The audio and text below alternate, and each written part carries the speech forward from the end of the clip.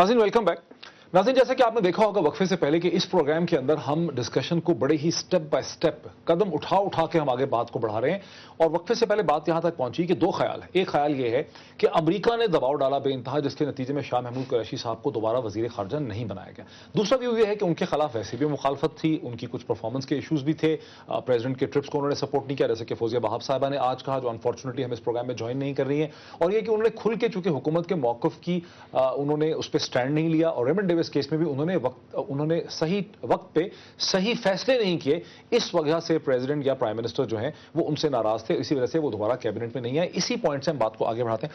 मतलब ये एक खफीफ नुक्ता है, अगर एक आप क्रूड डिस्कशन कर रहे हो बार दहाड़ की, तो उसमें ये नुक्ता जो है वो नजरअंदाज हो जाएगा।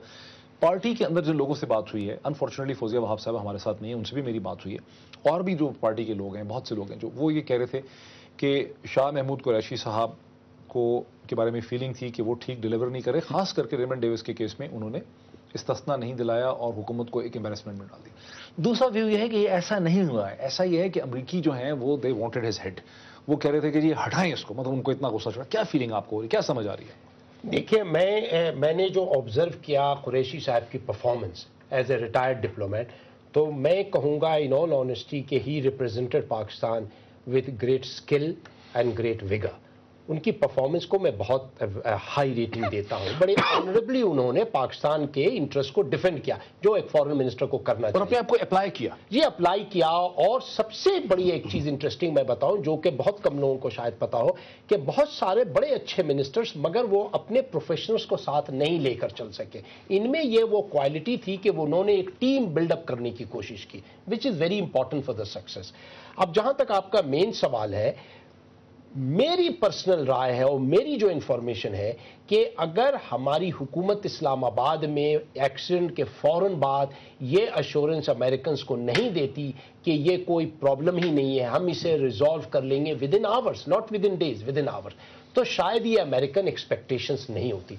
जब वो एक्सपेक्टेशंस नहीं मीट हुई वाशिंगटन में, तो उनकी नाराजगी बढ़ती गई और एक ऐसा स्टेज आ गया, जबकि आपने देखा होगा कि हिलरी ने रिफ्यूज किया म्यूनिख में मुलाकात करने के लिए। इतना पब्लिक स्नब था ये, जो कि बड़ा अनप्रेसिडेंटेड था between foreign ministers of two allied countries, जो कि अभी थोड़े दिन पहले बड़े यानी सर जोड़ रहे थे और बड़ी यानी अफेक्शनेट फीलिंग्स दिखा रहे थे। अब आप देखिए, तो ऑब्वियसली उनकी नाराजगी। मगर जब भी इस किस्म के वाकयात होते हैं, उसमें मल्टीपल फैक्टर्स आ जाता है, और मेरा ख्याल है कि उनके पार्टी के अंदर भी जो उनके राइवल्स जो हैं, वो उनको इस किस्म की लाइमलाइट और प्रोमिनेंस में देखना पसंद। अच्छा, अब ये ऐसा है कि ये लोगों के लिए बहुत ही जज्बाती इशू बन चुका है। इससे पहली दफा मैंने 4-5 दफा मैंने रेमंड डेविस पे प्रोग्राम किया। एक मैंने प्रोग्राम किया जिसमें मैंने बार बार ये पूछा कि इसका हल क्या है, इस मसले का हल क्या है। उससे लोग जो हैं व्यूअर्स इतने नाराज हुए कि मुझे पता चला, जो मैंने देखा नहीं, कि एक वेबसाइट पे लोगों ने कहा है कि मोहित पीरजादा जो है वो एक्सपोज हो गया है, ये अमेरिकन एजेंट था, इसको मुल्क से निकाल देना चाहिए, मीडिया से बाहर कर दें, बिका हुआ है वगैरह वगैरह। आपको पता है इल्जाम लग जाते हैं।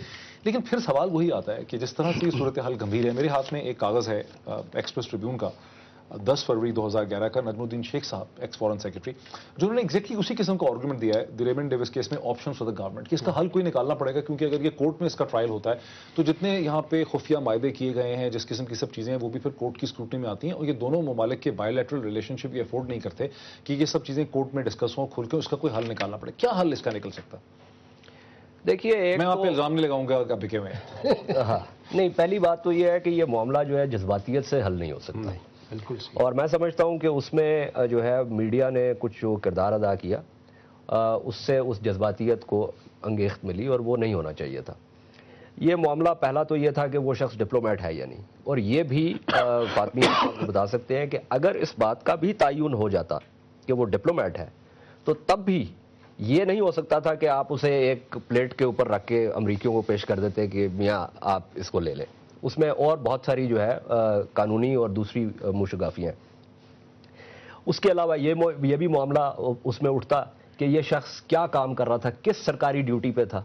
ग्लॉक 17 लेके तो जो है ना, आप और मैं जो है ये भी डिप्लोमेट रहे हैं, आपने मेरा नहीं ख्याल कि कभी कोई ग्लॉक 17 रखा होगा। तो ये सारे हाँ नहीं, तारिक फातमी साहब, वेल, लेकिन अगर इसको इम्यूनिटी मिल गई फिर लोग रखेंगे, डिप्लोमेट रखेंगे, हमारे भी कभी ना रखा। तो फिर उसमें मामला ये है कि किस तरीके से इसको, इसमें जो हल क्या है? हाँ, इसमें तीसरी सतह जो है वो सियासी और स्ट्रेटेजिक है। ایک طریقہ یہ ہو سکتا ہے کہ آپ آئی سی سی کی ایڈوائزری کیپیسٹی میں مانگ لیں، جو ہے ایڈوائس کے یہ ڈٹرمن کر لیں یہ ہے سارا معاملہ، اور اس کی آپ ڈپلومیٹک امیونٹی جو ہے وہ ڈٹرمن کر لیں کہ یہ ڈپلومیٹ ہے یا نہیں. ایک تو یہ چیز ہے. دوسری جو چیز ہے وہ یہ بائی لیٹرل ریلیشن شپ کے کانٹیکس میں کوئی حل اس میں یہ ہے کہ اس میں ظاہر ہے یو ایس گورنمنٹ تو اس سے ایگری نہیں کرے گی، وہ تو اتفاق نہیں کرے گی. وہ تو یہ چاہ رہے ہیں کہ جی آپ بندے کو چھوڑ دیں. ہارڈ سٹینڈ لیا ہوا ہے انہوں نے، ایک ہارڈ سٹینڈ لیا. انہوں نے اتنا ہارڈ سٹینڈ کیوں لیا ہے؟ وجہ کیا ہے؟ نہیں انہوں نے تو ہارڈ سٹینڈ دیکھیں جی، وہ انہوں نے آئی سی سی کے اس پہ کیوں نہیں سائن کیا؟ وہ اس سے پہلے جن مثلا جاپان میں ریپ کیسز میں امریکن اوکیناوا میں ریپ کیسز ایکسیپٹ نہیں کرتے، حالانکہ وہاں پہ جو معاملہ تھا وہ فرق تھا. مطلب کئی جگہ پہ وہ ہیں they are stationed under SOFA which is the status of forces agreement.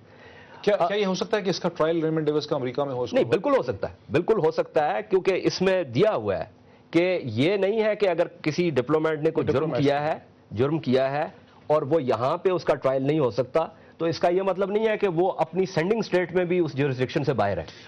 انصار 2 سال مطلب اگر تو ایک تو آپ کے ذہن میں ہے کہ 2 ڈھائی 3 سال اس کا مقدمہ چلے اور اس کے بعد سخت سزائیں اس کو مل جائیں، اس کے علاوہ کوئی سولوشن آپ کے ذہن میں فیل ہوتا ہے کہ پاکستان امریکہ کے بائی لیٹرل ریلیشن کے انٹرسٹ میں، جیسے کہ آج فوزیہ وہاب صاحبہ نے کہا انفارچونیٹلی ہمارے ساتھ نہیں ہے کہ ہمارا سب سے بڑا ٹریڈ پارٹنر ہے، سب سے بڑا اقتصادی سپورٹر ہے، ہمارا سب سے بڑا ٹریڈ پارٹنر سعودی عرب نہیں ہے، چین نہیں ہے، امریکہ ہے. تو اس بائی لیٹرل ریلیشن شپ کے کانٹیکس میں آپ جو کہ بڑی اسٹرانگ پوزیشن ہے آپ کی، آپ کوئی اس پہ کمپرومائز کرنے کے لیے تیار ہیں پبلک؟ ایک دو باتیں بڑی امپورٹنٹ ہیں کہ کیا ہم نے امریکہ کا غلام بن کے ہی ہمیں زندہ رہنا ہے، ایک پاکستان ایک اسٹیٹ کو. کرائم ایک ہوا اور کولڈ بلڈڈ کرائم جس کا پوری آپ ڈپلومیٹ بھی اگر ہو تو پوری ڈپلومیٹک یہ جو وینا کنونشن واٹ ایور جو بھی ہے کوئی پریسیڈنٹ اس کا نہیں ہے، اس کی کوئی نظیر نہیں ملتی کہ اس طرح کولڈ بلڈڈ مرڈر کیا ہو کسی نے. میرا یہ خیال ہے کہ اس ایشو کے اوپر چونکہ یہ بہت سیریس ایشو ہے اور پاکستان کے تمام لوگ اس میں انوالو ہیں، میں جینوئنلی سمجھتا ہوں کہ ہمیں پاکستان کا انٹرسٹ پہلے سامنے رکھنا چاہیے. جس طریقے سے امریکہ مانگ رہا ہے، اگر یہ ڈیوس کو دے دیا گیا، امریکہ کے حوالے کر دیا گیا، تو یہ دوسری لال مسجد والا ایشو بن جائے گا. اور مجھے ڈر ہے اس سے سوسائڈ بومنگ، اس سے ٹیررزم بڑھ جائے گی، اس سے ایکسٹریمزم بڑھ جائے گی. سو بہتر یہ ہے کہ امریکہ کو سمجھایا جائے، بجائے اس کے کہ امریکہ کے خوف سے ہم بیٹھ جائیں، ان کو سمجھایا جائے کہ پلیز کہ ٹرائل آپ ہونے دیں اور ہم انشور یہ کریں گے کہ ٹرائل بالکل فیئر اور فری ہو. آئی تھنک انصار پبلک سینٹیمنٹ کو ایکو کرتے ہیں. پبلک سینٹیمنٹ یہ ہے کہ امریکہ کو سمجھایا جائے کہ آپ اتنی ایروگنس. ایک چیز نقطے کا اضافہ میں کر دوں، اس کے بعد لاسٹ منٹ ہے بالکل. اچھا نہیں پھر آپ فاطمی صاحب. نہیں میں انصار سے ایگری کرتا ہوں. پاکستانی حکومت کو پرنسپل پوزیشن لینی چاہیے اور امریکن کو ہماری جو تحفظات ہیں اور ہماری جو کنسرنس ہیں ان کو بھی ریسپیکٹ کرنا چاہیے اور دونوں ملکوں کو ڈپلومیٹک سولوشن کی طرف جانا چاہیے. ہم یہ اس کو نہیں برداشت کر سکتے ہیں تعلقات خراب ہونے کو، مگر تعلقات بہتر نہیں ہوتے ہیں دو ملکوں میں اگر ایک ملک سے کنسٹنٹلی آپ کنسیشنز اور سرنڈر ڈیمانڈ کریں. کوئی نیا آنے والا فارن منسٹرز کا حل نکال سکے گا؟ نہیں، یہ حل اس کا واشنگٹن سے. واشنگٹن کو اپنی اپروچ بدل. اوباما صاحب اگر صرف اسپیچز دیں گے کہ میوچل رسپیکٹ اور میوچل ٹرسٹ تو نہیں ہوگا، ان کو ڈیمونسٹریٹ کرنا پڑے گا کہ پاکستان کی جمہوری نظام کو اور پاکستان کے عوام کے خواہشوں کو اور تحفظات کو وہ رسپیکٹ کرتے ہیں. بہت شکریہ فاطمی صاحب، اعجاز حیدر صاحب اور انصار عباسی صاحب. ناظرین اس پروگرام میں ہمیں فوزیہ وہاب صاحبہ نے بھی جوائن کرنا تھا، جنہوں نے اس حوالے سے آج ایک پریس بریفنگ بھی کی ہے ریمنڈ ڈیوس کے کیس کے حوالے سے، امیونٹی کے حوالے سے.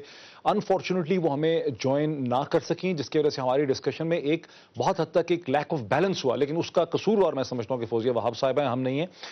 بات یہاں پہ ختم ہوتی ہے کہ ریمنڈ ڈیوس کیس حقیقت پتہ نہیں کیا ہے لیکن لگ یہی رہا ہے. ایک عوامی تاثر یہ ہے کہ ریمنڈ ڈیوس کیس نے پاکستان کے وزیر خارجہ جو ہیں شاہ محمود قریشی صاحب جو ہیں وہ ڈائریکٹلی یا انڈائریکٹلی بالواسطہ طور پر بھی شاید ریمنڈ ڈیوس کیس کی بھینٹ چڑھ گئے. ایک بار پھر ضرورت اس چیز کی ہے کہ واشنگٹن میں اپنے ایٹیچیوڈ پہ نظر ثانی کی جائے، بیکاز پاکستان میں جو اس میں پبلک اوپینین ہے وہ آج بھی بہت ہی اسٹرانگ ہے. بہت شکریہ.